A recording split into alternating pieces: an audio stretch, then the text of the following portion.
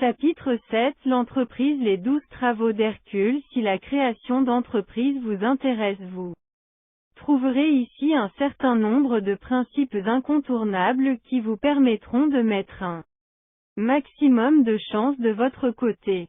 Et pour ceux qui sont rebutés par les contraintes administratives et la gestion, je vous expliquerai également comment vous mettre à votre compte sans avoir à créer de société.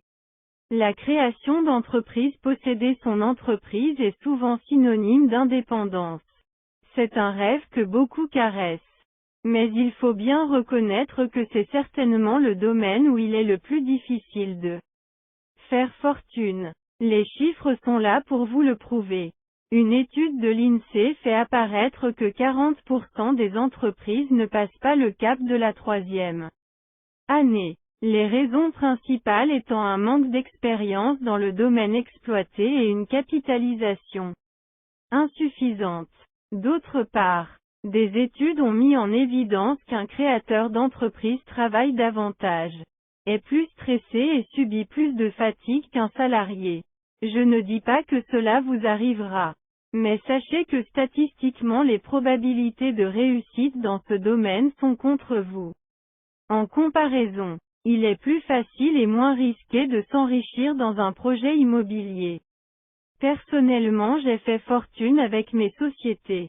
Mais il faut bien reconnaître que c'est un véhicule difficile à exploiter.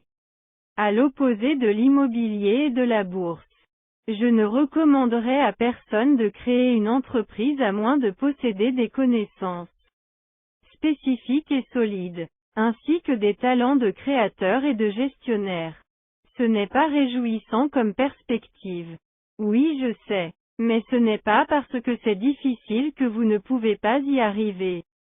Malgré toutes ces considérations, si vous êtes convaincu de vos idées, de vos capacités, si vous êtes prêt à travailler 35 heures en 2 jours, alors faites-le. L'entreprise reste sans aucun doute un excellent véhicule d'enrichissement dont les récompenses vont bien au-delà de la simple satisfaction financière. Si vous êtes capable d'exploiter correctement votre affaire, vous gagnerez souvent plus d'argent comme patron qu'en tant que salarié. Non seulement vous pourrez en tirer un salaire, mais également des dividendes. Et si vous avez la chance de céder votre entreprise à un concurrent ou n'importe quel autre investisseur, vous réaliserez une plus-value très substantielle qui sera un formidable accélérateur d'enrichissement. Y a-t-il des préalables importants pour se mettre à son compte? Si vous tenez à vous lancer dans l'aventure, il existe des conditions idéales et certaines qualités que vous devez posséder pour mettre un maximum de chances de votre côté. Les principales sont les suivantes. Avoir une expérience dans le domaine que vous souhaitez exploiter. Si vous vous lancez dans la création de sites internet et que vous ne savez pas utiliser un ordinateur, vous risquez d'avoir quelques problèmes. Il est donc nécessaire d'avoir des connaissances solides et adaptées au secteur d'activité dans lequel vous souhaitez évoluer. Avoir un produit qui répond à la demande du marché. Si vous vendez des espadrilles au pôle Nord, vous aurez beaucoup de mal à développer vos ventes. Pour rencontrer le succès, il faut que vos produits soient adaptés à l'environnement économique. Si d'autres sociétés proposent les mêmes services ou produits, ne considérez pas que votre projet est compromis. Bien au contraire, cela ne fait que confirmer qu'il y a un marché. Ce n'est pas parce qu'il y a déjà des boulangers que vous ne devez pas vendre de pain. En revanche, lorsque plusieurs sociétés proposent les mêmes produits, non seulement elles doivent affronter la concurrence des autres marques, mais également la compétition de leurs propres produits, ce qui fait invariablement baisser les marges bénéficiaires. C'est exactement ce qui se passe pour les vendeurs de voitures. Tous les concessionnaires de la même marque vendent exactement les mêmes voitures. Dans ces conditions, c'est souvent celui qui est prêt à concéder la plus grosse remise qui a le plus de chances de conclure la vente. Avoir une protection contre la concurrence. Si vous avez un produit qui répond à un besoin, Il est évident que moins vous aurez de concurrents, moins vous aurez de problèmes pour dégager des bénéfices et organiser votre réseau de vente. Pour l'exemple, j'ai un ami qui représente plusieurs marques étrangères. Il a pour règle d'or de ne jamais distribuer de produits pour lesquels il n'a pas l'exclusivité. Bien qu'il ait des concurrents qui proposent des produits équivalents sous d'autres marques. Il n'a pas à gérer une compétition sur ses propres produits. Disposez d'un capital suffisant, quelle que soit la taille de votre entreprise. Pour démarrer une activité commerciale ou industrielle, vous avez besoin d'un minimum de fonds. Ne serait-ce que pour louer des locaux, payer les premiers mois de salaire, financer le stock, faire de la publicité, etc. Si vous n'avez pas les fonds nécessaires pour lancer correctement votre activité, vous serez limité dans son développement et obligé de réduire la voilure ou de fermer boutique. Au final, vous aurez dépensé votre argent en pure perte. Être capable de se remettre en question. Une qualité importante du créateur d'entreprise est sa capacité à prendre du recul. Nous vivons dans un monde où les choses vont toujours plus vite et où les choix économiques sont régulièrement remis en question. Ce phénomène rend la stabilité de l'entreprise très sensible à l'état du marché. Sans compter que vous devrez vous assurer de la validité de vos concepts et de la durée de vie des produits en fonction des modes et des besoins. Si vous ne savez pas reconnaître ou admettre que vous êtes dans la mauvaise direction à un moment ou un autre, vous aurez plus de chances d'avancer vers l'échec. Savoir arrêter. Ce n'est pas parce que vous exploitez une société depuis plusieurs années avec succès que cela doit vous empêcher de la fermer le moment venu. Laissez-moi vous citer un cas réel. Il y a quelques années, Alexandre exploitait un magasin d'informatique. À cette époque, le marché était déclinant, les marges laminées, et l'entreprise perdait plus de 100 000 € par mois. Conscient de la situation, Alexandre savait qu'il courait inévitablement au dépôt de bilan. Un jour je lui posai la question. Pourquoi n'arrêtes-tu pas l'activité? Il reste suffisamment d'argent dans la société pour en retirer quelque chose. Au lieu de perdre ton temps et ta santé dans une situation vouée à l'échec. La réponse fut étonnante. Que veux-tu que je fasse d'autre? C'est la seule chose que je sache faire. Je lui répondis, aujourd'hui tu as 35 ans. Si nous considérons que ton espérance de vie est de 80 ans, tu vas continuer dans cette voie jusqu'à ta mort pour la simple raison que tu n'as jamais rien fait d'autre dans ta vie.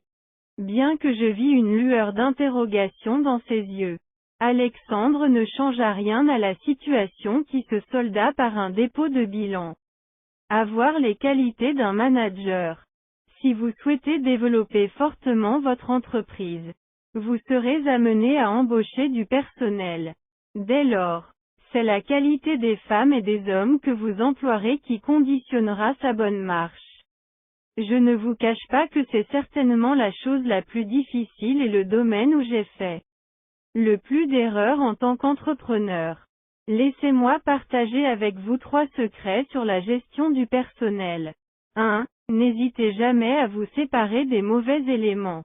Dans beaucoup d'entreprises, des employés médiocres survivent à leur poste parce que le patron n'a pas le courage de s'en séparer. J'ai même vu une société prospère péricliter à cause d'un seul employé, particulièrement mauvais, qui paralysait l'entreprise par son poste clé et par le chantage qu'il exerçait. Sans parler des conséquences indirectes qui se révéleront encore plus néfastes. Par exemple, les bons éléments deviennent difficiles à motiver lorsqu'ils s'aperçoivent que leur travail n'est pas mieux considéré que celui des mauvais. En vous séparant des moins bons, vous favorisez l'esprit d'entreprise et créez une dynamique. Vous êtes quand même dur. Vous nous dites carrément de virer les mauvais éléments. Ils ont aussi besoin d'un salaire pour subvenir aux besoins de leur famille. En tant que patron, je suis profondément convaincu que l'entreprise a une responsabilité sociale. et morale vis-à-vis des personnes qu'elle emploie. Mais elle n'a aucune obligation d'assistanat.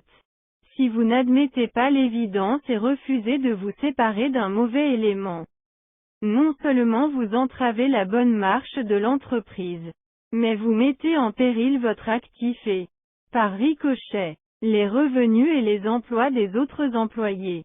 2. Autre recommandation. N'hésitez pas à bien payer vos meilleurs employés. Si vous vous lancez dans la grande aventure de l'entreprise, n'hésitez pas à récompenser les meilleurs au détriment des plus mauvais en instituant une méritocratie. Créez des déséquilibres dans les salaires. Sinon vous démotiverez les bons éléments et conforterez les moins bons dans leur attitude passive. Si ces derniers ne sont pas contents de leur sort et crient à l'injustice, demandez-leur s'ils trouvent normal d'être payés au même salaire que ceux qui travaillent réellement pour la société. Une entreprise, c'est avant tout des individus qui font avancer la machine. Il est donc normal de les intéresser aux résultats qui sont la conséquence de leur travail. Plus la récompense sera valorisante, plus ils travailleront, plus ils mettront de cœur à l'ouvrage, plus l'entreprise générera de bénéfices. Bien payer ses employés ne se résume pas à surpayer vos collaborateurs. Si vous souhaitez pratiquer cette politique de rémunération, il faut que le salaire soit le reflet de leurs efforts. Faites intervenir une partie variable qui sera fonction des résultats personnels de chacun et, ou, des résultats globaux de l'entreprise. Vous ne trouvez pas que nous nous éloignons de nos considérations d'enrichissement? Je ne suis pas d'accord avec vous. Le succès de votre entreprise est le fruit du travail de l'équipe que vous mettrez en place. Par conséquent, une bonne gestion du personnel est primordiale à sa bonne marche. Si vous êtes le créateur de la société, n'oubliez pas que vous avez engagé vos fonds. Le but du jeu est de faire fructifier cet investissement, pas de le gaspiller. Vous vous enrichirez uniquement si votre entreprise devient un actif qui prend de la valeur et génère de la richesse au fil du temps. Un livre indispensable. Vous êtes entrepreneur. Vous gérez une équipe ou un centre de profit? Lisez. Comment doubler ses profits? Plus d'infos. www.toutlemondemerite-de-très-riche.com/info.htm. Les franchises, que pensez-vous des entreprises franchisées? Est-ce moins risqué?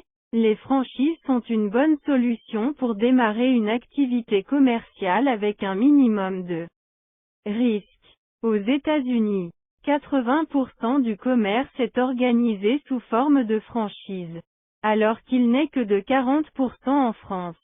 La concurrence étant toujours plus vive, et les compétences requises toujours plus importantes. Il y a fort à parier que nous suivrons la même tendance dans les années à venir.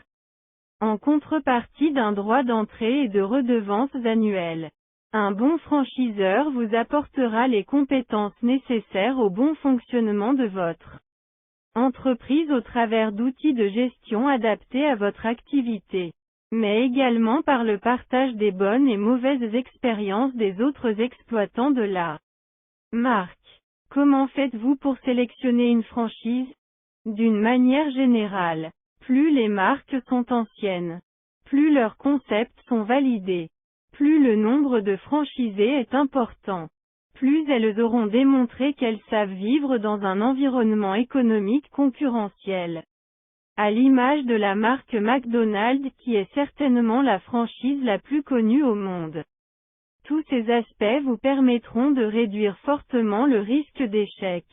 Par conséquent, les informations que vous devrez vérifier sont avant tout le nombre de franchisés.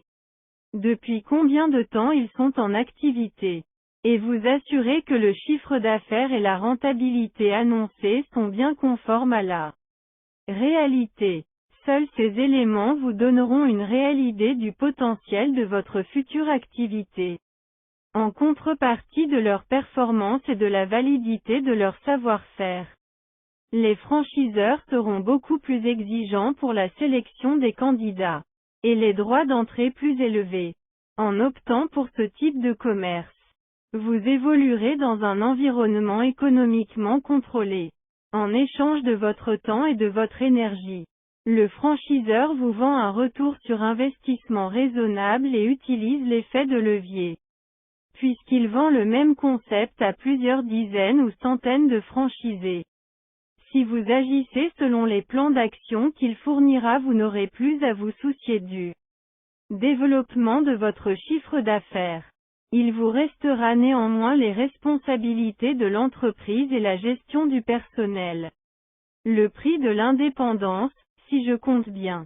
Il apparaît que si j'avais suffisamment d'argent pour acheter une franchise, mettons 100 000 €, en faisant travailler cet argent à 10% selon les différents principes que nous avons passés en revue. Au bout de 15 ans, je serai en possession de 417 000 € sans avoir à travailler 10 heures par jour.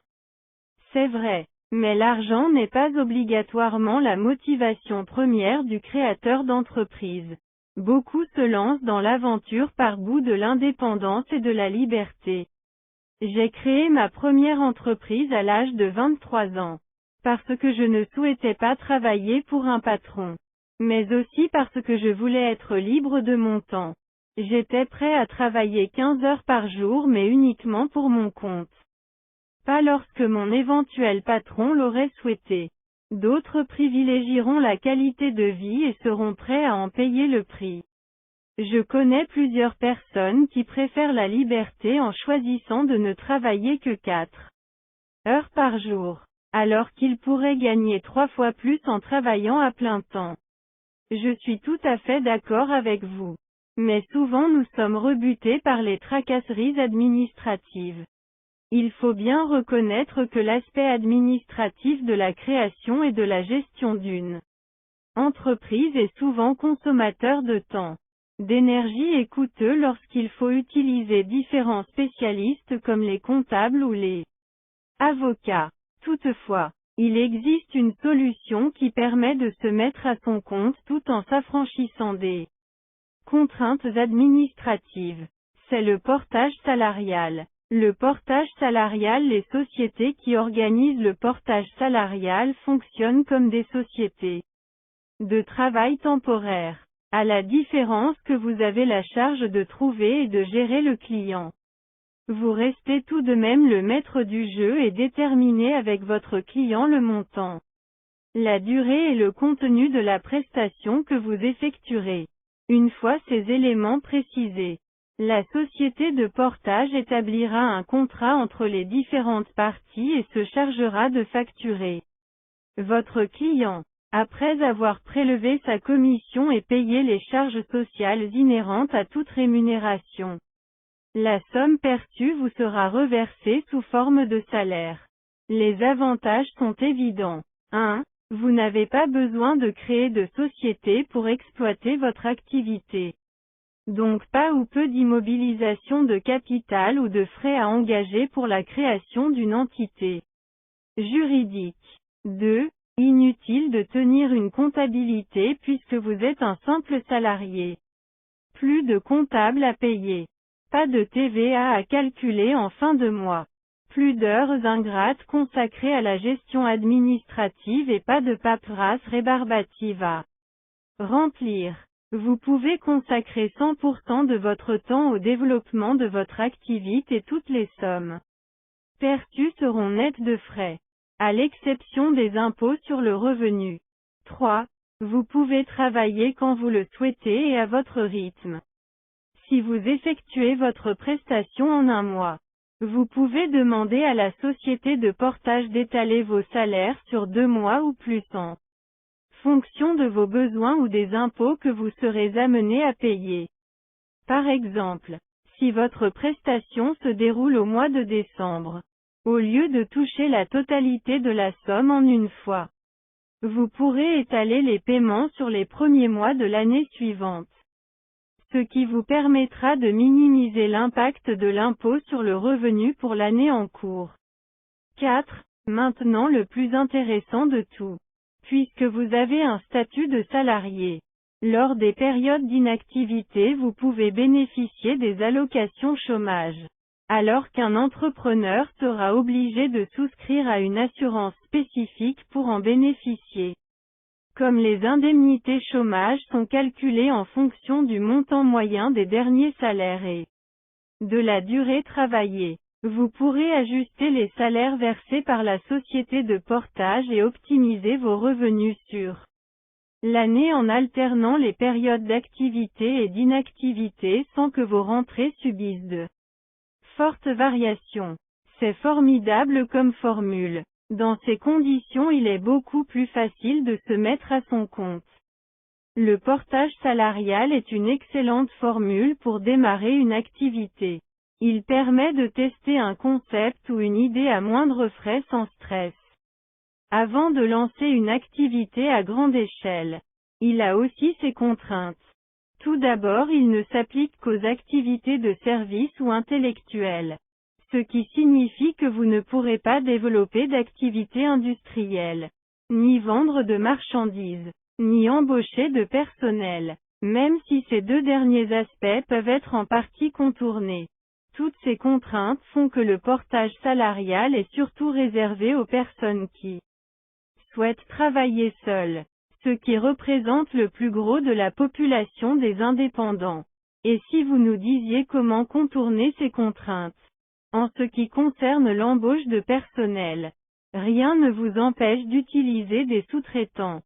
Si vous êtes concepteur de site internet, vous pourrez rémunérer un graphiste qui se chargera de la partie artistique pendant que vous vous chargerez de la partie fonctionnelle. Pour votre client, vous restez le maître d'œuvre et apportez une prestation complète. Pour la vente de matériel, les choses sont plus contraignantes et ne peuvent être développées à grande échelle. Par exemple, une de mes connaissances utilise le portage salarial pour son activité d'installation de réseau informatique. Inévitablement, ses clients lui demandent conseil dès qu'ils doivent étendre leur parc informatique. Étant dans l'impossibilité de vendre du matériel, celui-ci les aiguille vers une société avec laquelle il entretient de bonnes relations et perçoit une commission pour le matériel qu'il vend par délégation. Continuez à vous payer en première. Avant d'aborder la fin de ce chapitre, je voudrais attirer votre attention sur le fait que la création d'entreprise est avant tout un pari sur l'avenir et que les fonds nécessaires à son lancement monopolisent souvent l'épargne et la richesse que vous aurez accumulées au cours des années précédentes, sans garantie de les recouvrer un jour. C'est une situation de tout ou rien qui vous oblige à mettre tous vos œufs dans le même panier. C'est-à-dire que votre risque sera uniquement concentré sur cet investissement. En revanche, dès que votre entreprise sera capable de produire des résultats, vous devrez invariablement revenir à la stratégie de vous payer en premier. Pas seulement sur votre salaire, mais également sur les bénéfices dégagés par votre activité. Même si ce n'est que 5%. Prenez la bonne habitude de vous payer en premier sur les résultats de votre entreprise. Vos banquiers essayeront de vous en dissuader. Surtout s'ils vous ont prêté de l'argent. Ils argueront que vous devez avoir un maximum de liquidité pour sécuriser l'entreprise. C'est vrai en partie, mais c'est surtout la banque que vous sécurisez. Car plus vous aurez de trésorerie, moins vous aurez d'occasion de lui demander un découvert. Et moins elle aura de risques à prendre sur vous. Attention à ne pas fragiliser l'entreprise. Certaines ont besoin d'un fonds de roulement pour fonctionner correctement. Ce n'est pas parce que votre comptable vous dit que vous avez gagné 100 000 € cette année qu'ils sont obligatoirement disponibles sur votre compte en banque. Ils sont peut-être immobilisés dans votre stock ou dans différents investissements nécessaires à la bonne marche de l'entreprise. Pour conclure, je vais vous donner 2 autres bonnes raisons de vous payer en premier sur les bénéfices. Si vous faites tout pour vous payer en premier, comme pour la gestion de vos ressources personnelles, vous vous obligerez à vous poser la question, Comment faire pour arriver à dégager 5 ou 10% pour moi sans déséquilibrer les comptes de la société? Encore une fois, vous allez mettre votre cerveau en marche pour essayer de résoudre un problème et trouver des solutions. Ensuite, si vous décidez un jour de monter votre propre affaire, notez bien cet argument. Il vaut des milliers de fois le prix de ce livre. Payez-vous en premier. Car si vous étiez amené à déposer le bilan, ce ne sont ni vos clients, ni votre banquier, qui viendront à votre secours. Cette remarque est applicable à tous les cas de figure et pas seulement à l'entreprise.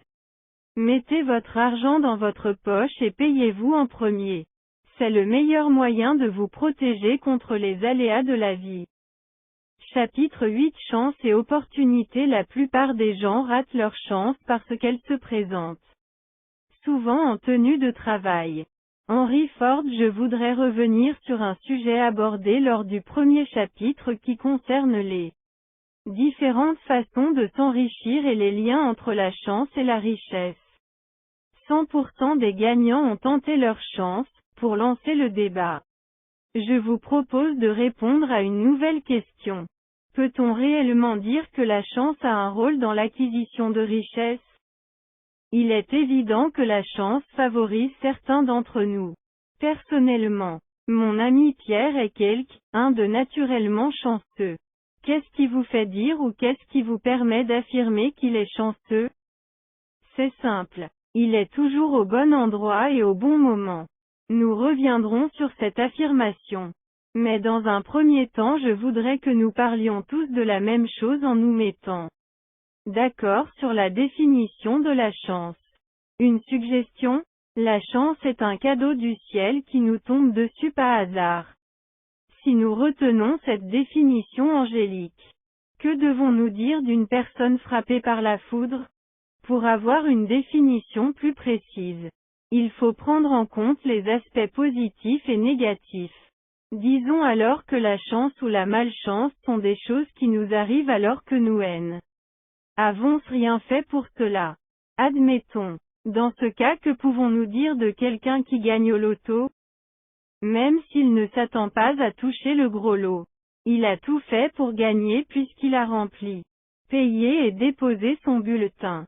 Reprenons votre remarque qui mentionnait que votre ami Pierre était toujours au bon endroit et au bon moment. Il serait intéressant que vous nous disiez plus précisément pourquoi vous considérez que Pierre est chanceux. J'ai beaucoup d'exemples. Le premier qui me vient à l'esprit est lorsque Pierre m'a emmené à une vente aux enchères.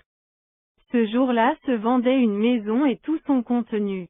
Nous avons attendu que tout soit vendu et que la vente se porte finalement sur la maison.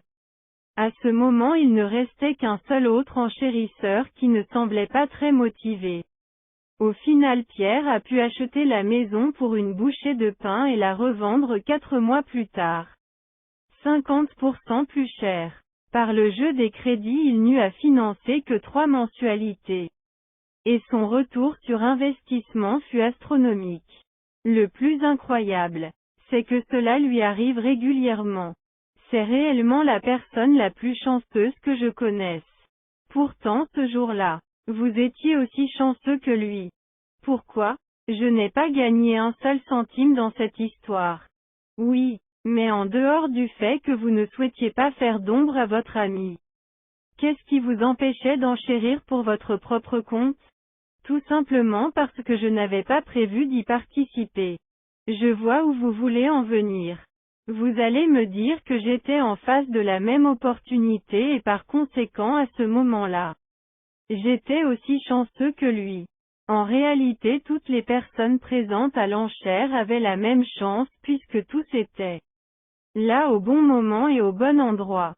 Seul Pierre avait prévu d'avoir l'argent disponible et une idée de la valeur de la maison, pour profiter de l'occasion qui pourrait se présenter. Bonne analyse. C'est exactement le type de situation que beaucoup de personnes considèrent comme chanceuse, lorsqu'elles voient quelqu'un d'autre en profiter. Pourtant tout ceci n'avait rien à voir avec la chance ou le hasard. Votre ami a simplement créé sa propre chance en préparant son coup. Il a d'abord été voir sa banque pour qu'elle lui donne un accord de principe pour le financement et il a pris le temps de vérifier les prix du marché dans le quartier où se situait la maison. Ainsi, il était prêt à saisir l'opportunité qui se présenterait éventuellement le jour de la vente.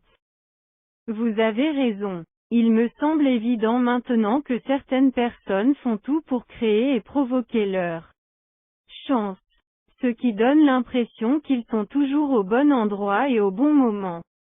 C'est qu'ils ont tout fait pour tirer parti de la situation.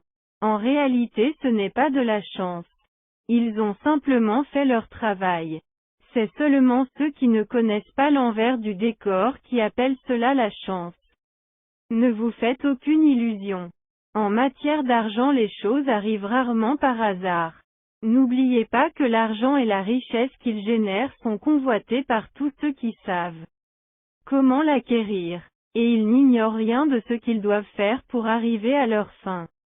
Si vous n'êtes pas préparé ou si vous n'avez pas travaillé suffisamment en amont, vous regarderez les chances de votre vie vous passer sous le nez et penserez que les autres sont plus chanceux que vous. Astérisque donc. Si nous considérons que la plupart des choses sont le fruit du hasard, alors que cela ne l'est pas. Qu'est-ce que la chance? Est-ce que nous pouvons dire que c'est un cadeau inattendu du destin si nous n'avons rien fait, ni prémédité quoi que ce soit pour l'obtenir? La définition semble acceptable pour la bonne chance, mais ne convient pas pour la malchance. Dans ce cas, le mot cadeau semble inapproprié. Disons plutôt que la chance est quelque chose d'inattendu, reçu sans aucune qualification ni action préalable. Ainsi défini, l'inattendu peut être aussi bien une chose positive, chance, que négative, malchance, sans que quoi que ce soit ait été fait pour l'attirer ou que nous soyons préparés à le recevoir. Comme vous le voyez, il est difficile de définir ce qu'est exactement la chance. Celle-ci ne répond pas aux mêmes critères en fonction de la situation et du moment. Mais vous avez compris qu'il serait parfaitement illusoire et hasardeux de baser votre plan d'enrichissement sur votre bonne étoile. En revanche, faites tout ce qu'il faut pour mettre les probabilités de votre côté et vous vous apercevrez que vous aurez plus souvent de bonnes surprises que de mauvaises.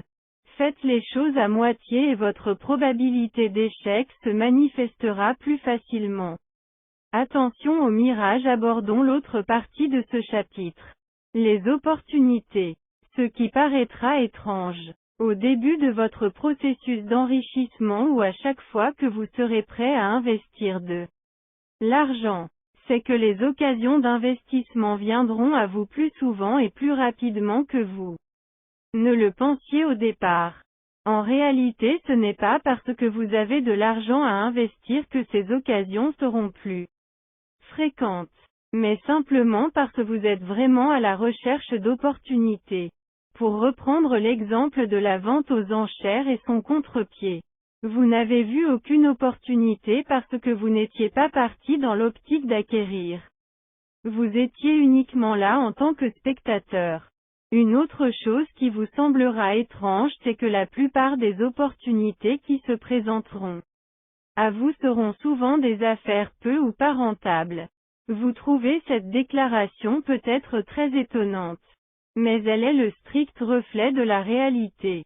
Prenons l'immobilier en 2005-2006. Et supposons que vous soyez attiré par la publicité alléchante d'un promoteur qui se vante de pratiquer des prix raisonnables. Si vous calculez la rentabilité du loyer par rapport au prix demandé, vous allez vite vous apercevoir que c'est le promoteur qui fait une bonne affaire. Dans les chapitres précédents, nous avons mentionné les différents aspects et caractéristiques que doivent présenter vos investissements. Si vous suivez ces conseils, vous devriez facilement écarter les fausses bonnes affaires et utiliser votre argent au mieux.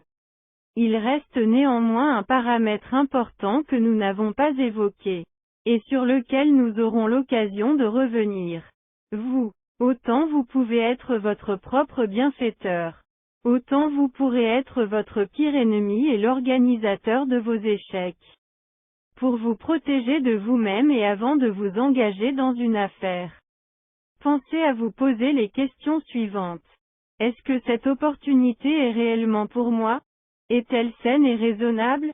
En répondant à la première question, vous éliminerez rapidement beaucoup d'offres qui semblaient alléchantes aux premiers abords. En complément, vous pourriez vous demander si cette opportunité fait partie d'un domaine connu ou inconnu pour vous.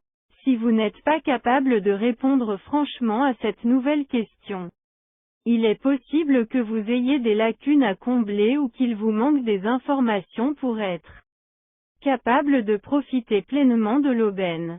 Ou peut-être même que vous vous mettez en danger.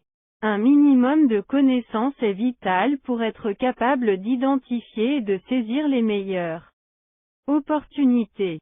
Si vous n'avez pas un tant soit peu la maîtrise du sujet, vous ne saurez pas reconnaître et exploiter les bonnes affaires lorsqu'elles se présenteront.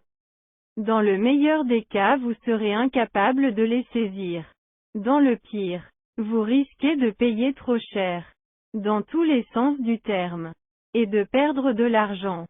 Pour répondre à la seconde question, vous devrez apprécier et évaluer objectivement l'investissement que vous vous apprêtez à réaliser. Si celui-ci peut potentiellement vous mettre dans une situation difficile à gérer, ou en position de faillite, laissez tomber et allez jeter vos filets ailleurs. Même si l'opportunité est réelle, il est probable que vous soyez en train de pêcher un trop gros poisson pour vous. Laissez-moi vous donner un exemple. Vous empruntez la totalité du prix pour acheter un magnifique appartement sur la mer que vous projetez d'habiter dans quelques années. Dans l'intervalle, vous mettez cet appartement en location. Si le loyer est de 1 000 € et que la mensualité de votre crédit s'élève à 2 000 €, vous aurez à débourser 1 000 € supplémentaires chaque mois. Si vous êtes incapable d'assumer sereinement le déséquilibre entre vos rentrées et vos sorties, vous aurez créé une position difficile à tenir et générerez une situation stressante. En cas de problème, la pression économique et psychologique vous obligera à céder votre actif dans la précipitation, transformant une superbe plus-value potentielle en perte, que vous traînerez quelques années puisque vous avez fait un emprunt total. La première impression, un autre garde-fou. Dans la plupart de mes investissements, j'ai remarqué que ma première impression était souvent la bonne. Je pense que c'est également vrai pour la plupart des gens. La raison est très simple. Si une affaire est bonne ou saine, cela se voit tout de suite. Tout simplement parce que c'est sa première caractéristique. A contrario, lorsque nous nous posons trop de questions, c'est souvent parce que nous avons des doutes. Plus la réflexion est longue, plus elle démontre que nous ne sommes pas sûrs de nous. Ma règle d'or à ce sujet est la suivante. Au moindre doute, abstenez-vous. Investir ne consiste pas à prendre des risques, mais à évaluer et gérer le risque. Si vous avez un doute et que vous persistez, vous ne ferez que créer une situation psychologiquement difficile. Le côté pernicieux de la chose, c'est que chaque fois que vous serez amené à prendre une décision, le doute vous habitera un peu plus pour, au final, vous empêcher d'agir. Mais nous pouvons avoir des doutes tout en ayant raison. Exact. Cela vous arrivera certainement à vos débuts. C'est souvent dû au fait que vous n'êtes peut-être pas encore prêt ou que vous n'avez pas les connaissances suffisantes pour vous lancer. Dans les deux cas, prenez votre temps et ne vous précipitez pas. Et surtout n'investissez jamais par dépit. Que voulez-vous dire exactement par dépit? Si vous manquez une opportunité parce que vous n'avez pas réagi assez rapidement, ou que vous ne trouvez rien qui correspond réellement à vos critères de sélection, à condition que ceux-ci soient raisonnables et réalistes, vous aurez tendance à vous précipiter sur la prochaine occasion qui se présentera. Ou encore, Vous ferez plus facilement des concessions sur le prix ou la qualité. C'est ce qui m'est arrivé lorsque j'ai acheté ma première résidence principale. Nous avions jeté notre dévolu sur une maison. Étant donné que c'était la première que nous visitions, nous tenions à voir d'autres biens avant de prendre une décision. Faute de mieux, je retournai voir le propriétaire. Malheureusement, celui-ci avait déjà donné son accord à un autre acheteur. Je me rabattis, je devrais dire précipitais, sur mon second choix sans être pleinement convaincu et, pratiquement, sans négocier le prix de peur que le scénario précédent se répète. Première conclusion. Ne vous précipitez pas et faites vos investissements sereinement. Lorsque vous avez les idées claires. Pas sous la pression, ni sous le coup de l'émotion. Dans le cas contraire, vous pourriez vous-même créer des opportunités qui n'existent pas. Deuxième conclusion. Ne soyez pas étonné ou effrayé de tomber du premier coup sur la bonne affaire. Si l'investissement correspond à vos critères, allez-y. Lorsque nous prenons trop de temps, c'est que nous avons besoin de nous rassurer avant de nous décider. Plus vous attendrez, plus vous vous poserez de questions, plus vous vous en poserez, moins vous trouverez de bonnes raisons d'agir.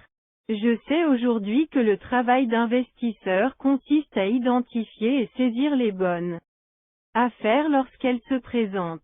Tout le reste n'est que perte de temps et d'énergie. Le meilleur moyen d'attirer la poisse pour en finir avec les garde-fous. Si vous devez vous engager avec d'autres personnes, il y a deux aspects que vous devrez prendre en compte. Est-ce que les personnes impliquées sont suffisamment fiables? Avez-vous un contrôle sur la situation? Je vais vous raconter la mésaventure simplifiée d'un ami, qui illustre bien l'intérêt de répondre à ces deux questions. François se voit proposer l'achat d'un terrain indivisible et non constructible. Ces détails ont leur importance. Par son ami Patrick pour la somme de 50 000 €. De source sûre. Selon Patrick, ce terrain devait devenir constructible dans l'année et voir sa valeur tripler. Les deux compères payèrent chacun la moitié du prix, 25 000 €, et attendirent le bon moment pour entreprendre les formalités de changement de statut du terrain. Sans rentrer dans les détails, la mairie donna son accord pour que le terrain devienne constructible à la condition que les nouveaux propriétaires fassent quelques aménagements. Première mauvaise surprise. Le devis pour la mise en conformité s'élevait à 50 000 €. Soit autant que le prix du terrain. Bien que la pilule fût difficile à avaler, la plus-value potentielle restait intéressante. Le problème c'est que Patrick n'avait pas la possibilité de payer sa part du surcoût. En revanche, François pouvait financer la totalité. Les deux associés décidèrent, par accord amical, que Patrick reverserait à François sa part du coût de la mise en conformité à la vente finale du terrain. Quelques mois plus tard, le terrain transformé fut vendu au prix de 140 000 €. Chacun allait encaisser sa plus-value. Deuxième surprise. Au moment du paiement de la somme par le notaire, celui-ci fit savoir aux deux associés que la part de Patrick avait été hypothéquée pour un montant de 80 000 € pour une dette impayée à l'administration fiscale. Étant donné que les deux acolytes n'avaient qu'un accord verbal, et sans tenir compte de l'impôt sur les plus-values qui ne ferait que ternir un peu plus le tableau, François ne reçut que 70 000 € au lieu des 105 000 € prévus, soit une perte affichée de 35 000 €. De son côté, Patrick ne perçut rien. Bien qu'il ait été obligé de rembourser la plus grosse partie de sa dette, celui-ci devait encore 5 000 € à l'administration et 35 000 € à François, qui ne revit jamais son argent. Avant de vous engager dans une association, vérifiez que les personnes impliquées sont compétentes et fiables. Dans cette anecdote, François a fait confiance trop rapidement à Patrick pour son évaluation du terrain. pour mener l'opération à terme et recouvrir son investissement de départ. Il s'est retrouvé contraint de continuer à faire confiance à son camarade, pour finalement se retrouver impuissant face aux événements et à l'insolvabilité de son associé. En vous écoutant, nous pourrions penser qu'il ne faut jamais faire confiance à personne. La confiance est nécessaire à toute relation humaine, et un élément incontournable à toute association. Ceux qui ne font pas confiance en manquent souvent pour eux-mêmes. Sans compter que si vous n'avez confiance en personne, vous n'avancerez pas. J'ai fait d'excellentes affaires en m'associant à d'autres personnes. Elles m'ont permis de réunir des compétences que je n'avais pas pour saisir certaines opportunités et réaliser des plus-values importantes. Mais toute la confiance du monde n'exclut en rien un minimum de vérification. Le message que je veux faire passer, c'est que dans le cadre d'une association vous investissez votre argent à la fois sur un actif potentiel, mais aussi et surtout sur des hommes. Si vous n'en savez pas suffisamment à leur sujet, il est possible que vous preniez un risque plus important que prévu en faisant intervenir une part d'inconnus supplémentaires. Pour limiter le risque d'imprévu, vous devez avoir un minimum de contrôle sur la situation. Certes, il est impossible de maîtriser à 100% une situation. Mais lorsque les règles d'entente sont déséquilibrées par un élément quelconque ou un changement de la situation, n'hésitez pas à les revoir pour rétablir l'équilibre. Dans le cas de François et Patrick, le déséquilibre a été créé par le montant des frais inattendus que seul François pouvait assumer. Sans mettre la main à la poche, l'affaire n'aurait pas pu être menée à terme et adieu les bénéfices et le capital investi. Résultat, le problème de Patrick est devenu celui de François. Ensuite, par excès de confiance ou fainéantise, rien n'a été acté officiellement pour la nouvelle répartition des gains. Si bien qu'au moment de toucher le montant de la vente, le gain de François s'est transformé en perte. Dans le cadre d'une association, les règles de départ sont définies par rapport à un environnement donné.